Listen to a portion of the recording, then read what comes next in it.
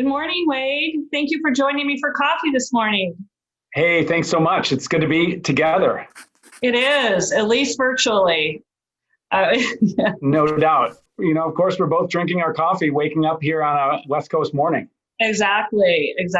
So Wade, I just wanted to go over a little bit of your background briefly. So you have served as California's Secretary for Natural Resources under Governor Gavin Newsom since January 2019. And previously you were CEO of the Water Foundation, which is a nonprofit philanthropy group that builds shared water solutions. And then you also served in Governor Jerry Brown's administration and were a senior environmental advisor to then San Francisco Mayor Gavin Newsom.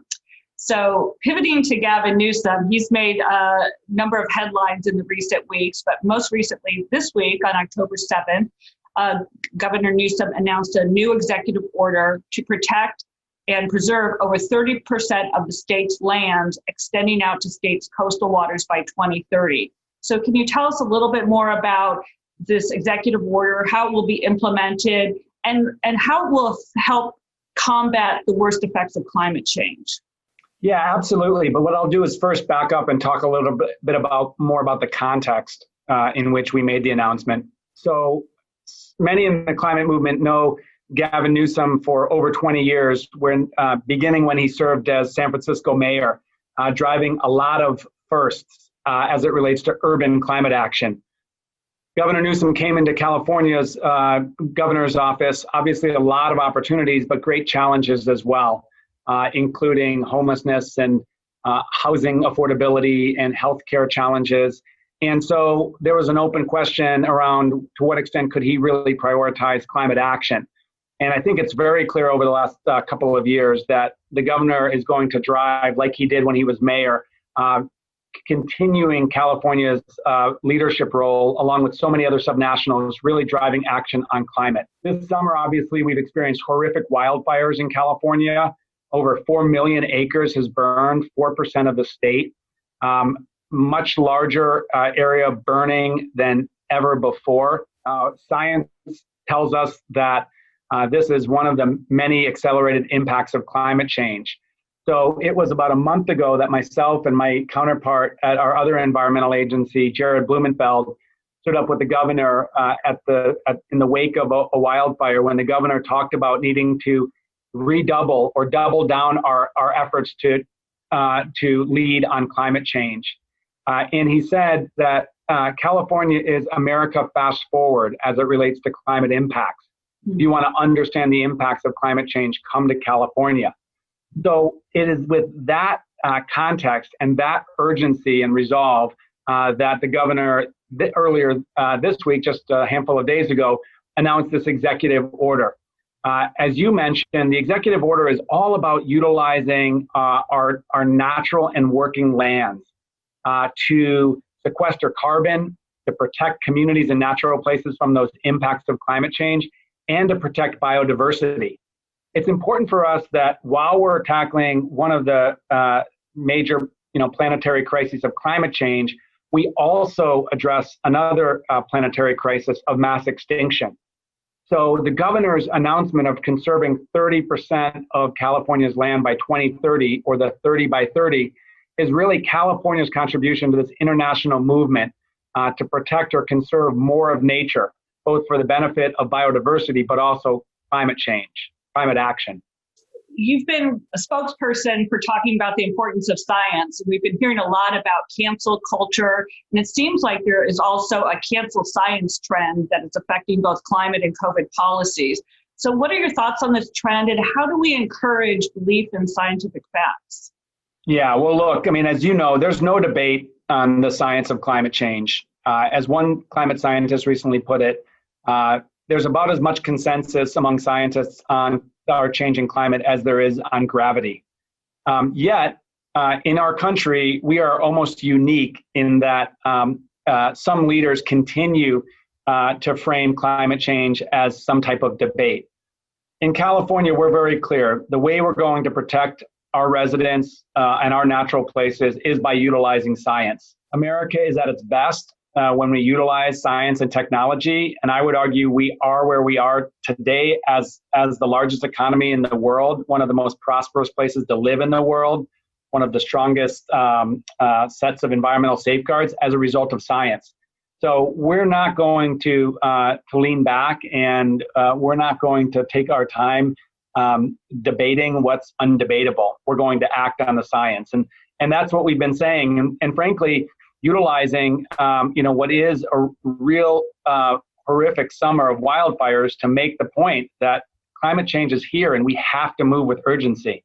And your agency has worked to build partnerships with tribal governments who are the original stewards of our natural resources and lands. So what have you learned as a result of those partnerships, and how that knowledge can be infused into policies and activities going forward?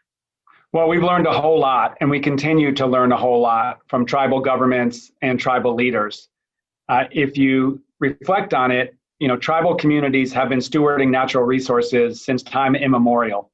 Certainly that's the case in California. When European settlement and colonization happened, actually a lot of the tribal traditional practices of caring for the land and the waters were actually outlawed, like prescribed burning, where tribal communities used low-level fire to keep forests healthy and regenerating. Believe it or not, those tribes were prohibited from that prescribed burning practice. And now 150 years, 170 years on, what we realize, of course, is that preventative prescribed burning practice is essential to the health of the forest. And so our tribal partners remind us that actually humans are at the center of environmental conservation. And we need to actually learn from them in respectful ways, those traditional ecological practices, and apply them in our own state agency work. And you also have been part of our TCR COP delegation in the past. And so what are your views on the importance of international conversations at this stage, especially how to keep those up during the pandemic, when there aren't the international gatherings in person? And what is your agency, or what is the governor's office doing in terms of pursuing those international relations on climate action? Yeah, well, as we all know, all countries of the world, all subnational governments share an atmosphere, share a climate. And so this is truly a planetary challenge, and we need that international coordination to actually move at scale to make a difference and to stabilize our climate. Subnationals are obviously critical to that. I used to work at the Environmental Defense Fund, or EDF, and they had a tagline that said, "Finding the ways that work." So I'll borrow that and say, subnationals are really the laboratories of climate action. We're the ones that are actually on the ground finding the ways that work to reduce carbon pollution and protect our people and nature from climate change. So the subnationals, provinces, states from all over the world are essential in this international discussion. I draw a lot of energy from coming together and with so many folks, and most recently in Madrid at the last Conference of Parties.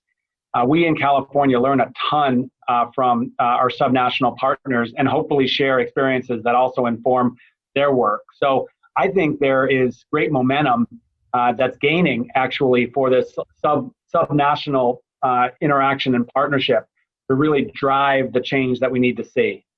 Well, we hope to see you at COP26 next November. Yeah, we will be there in California, and we hope that so many other partners from around the world, the subnational governments, are really a strong presence there. Great, good to hear.